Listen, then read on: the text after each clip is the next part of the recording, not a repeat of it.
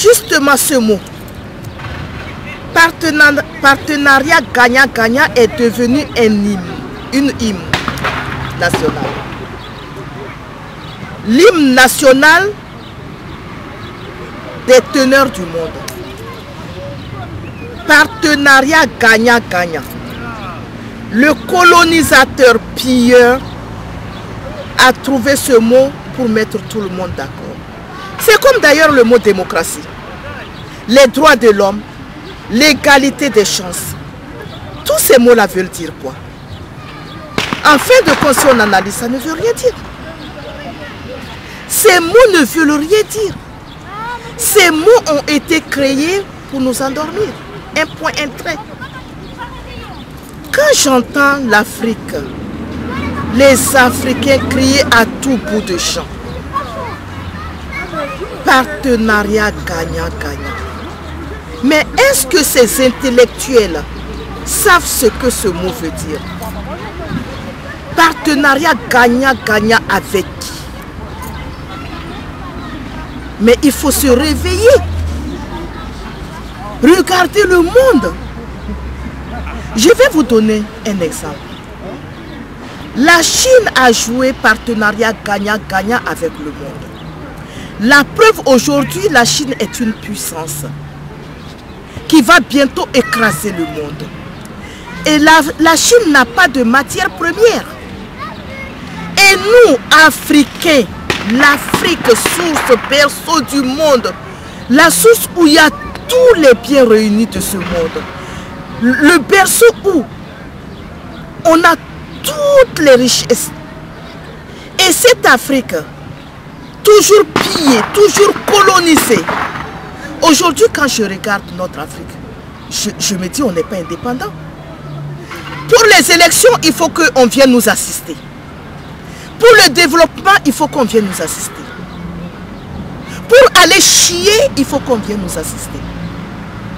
Mais à quel moment de notre existence l'Afrique va être indépendante et arrêter de se voiler la face avec cette phrase toute faite pour elle, partenariat gagnant-gagnant.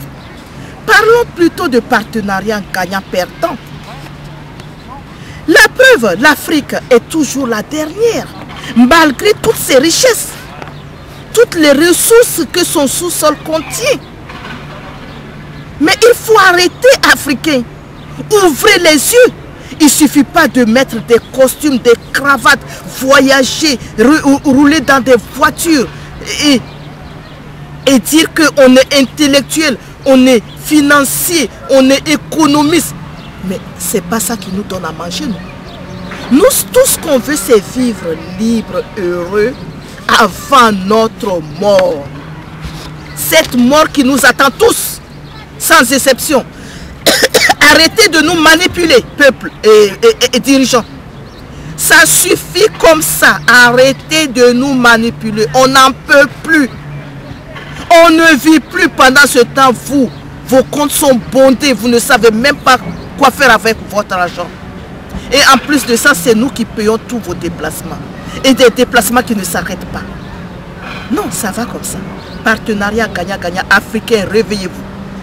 Vous êtes les maîtres du monde. Parce que celui qui donne, c'est celui-là qui a la parole. Celui qui quémande doit tendre la main. Celui qui donne ne doit jamais tendre la main, il doit la retirer. Pour que l'autre vienne tendre la main. Mais nous, nous donnons et nous tendons la main. Ça ne va pas. Ça ne va pas, Africains dirigeants. Il faut arrêter avec ça. Et puis dans nos élections africaines, toujours il faut la présence des Blancs. Mais est-ce que quand il y a des élections en France ou dans le monde ailleurs, en Chine ou ailleurs, on voit des Ban Ki-moon qui viennent superviser, on voit des nègres qui vont superviser chez eux? Hein? À un moment donné, il faut grandir, Africain. Vous n'allez pas rester petit garçon à culotte courte à qui tout le temps il faut tendre la main. Hein? À qui il faut venir mettre le nez dans nos finances. Bien sûr que vous êtes tous corrompus. Pour ça, peut-être, ils ont raison de venir mettre leur nez dans notre... Mais grandissez. Soyez des hommes au lieu de rester des poules mouillées devant des colonisateurs pieux qui ne cherchent que leur intérêt.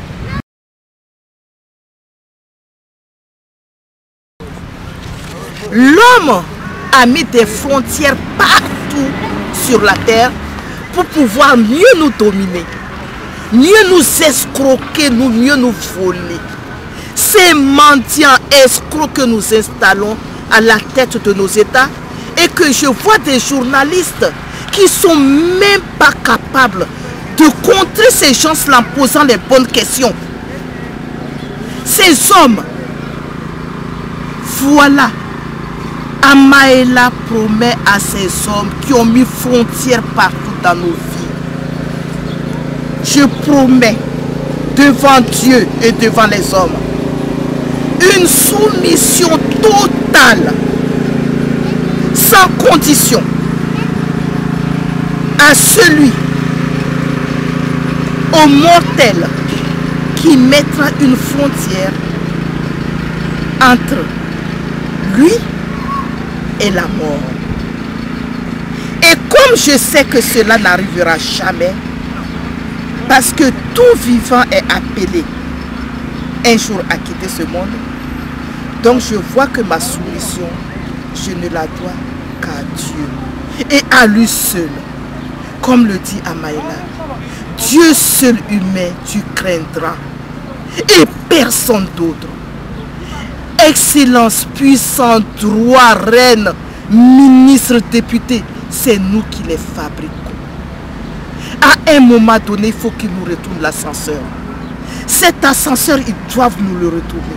Nous ouvrons les ascenseurs pour y monter dedans. Ils ne doivent jamais laisser cette porte fermée.